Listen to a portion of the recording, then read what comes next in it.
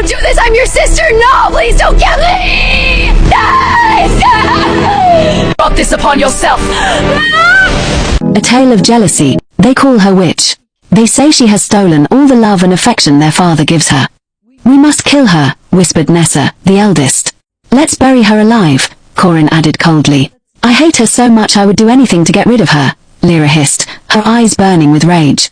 But what they didn't know was this child is no ordinary one. Their decision would shake the entire kingdom. Let's go back to how it all began.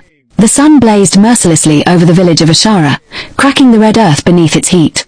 In a modest home lived Merchant Augun, a widower who had lost his first wife 7 years ago when their 3 daughters, Nessa, Corin, and Lyra, were barely 3 years old.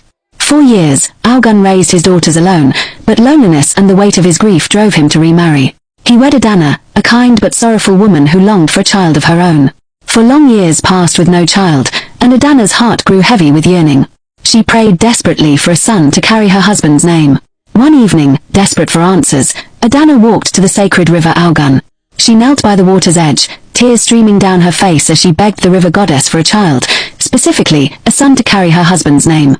The river shimmered, and from its depths rose the river goddess, draped in silver light. I hear your prayer, Adana, the goddess said, her voice like rushing water. I will grant you a special child who will change your family forever. But know this, the child I give you will be a daughter, not a son. She will carry greatness within her. 9 months later, Adana gave birth to a daughter named Ilara. The moment Ilara entered the world, the midwives gasped. The baby had impossibly long white hair that wrapped around her tiny body like a silken cocoon, hair as white as fresh snow, unlike anything they had ever seen. When Ilara smiled, her hair glowed softly. When she cried, it dimmed to ash grey. As Ilara grew, so did her hair. It flowed behind her like a river of moonlight, never needing to be cut.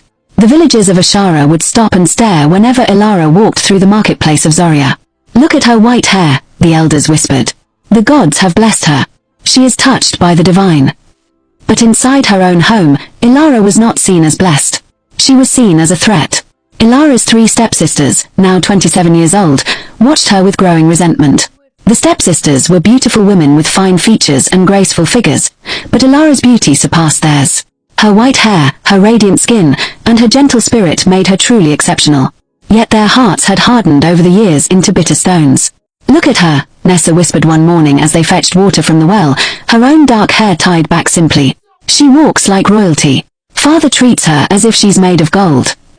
Stepmother never makes her do the hard work, Corin complained, tucking a strand of her own ordinary black hair behind her ear. She says Ilara might trip on that cursed white hair.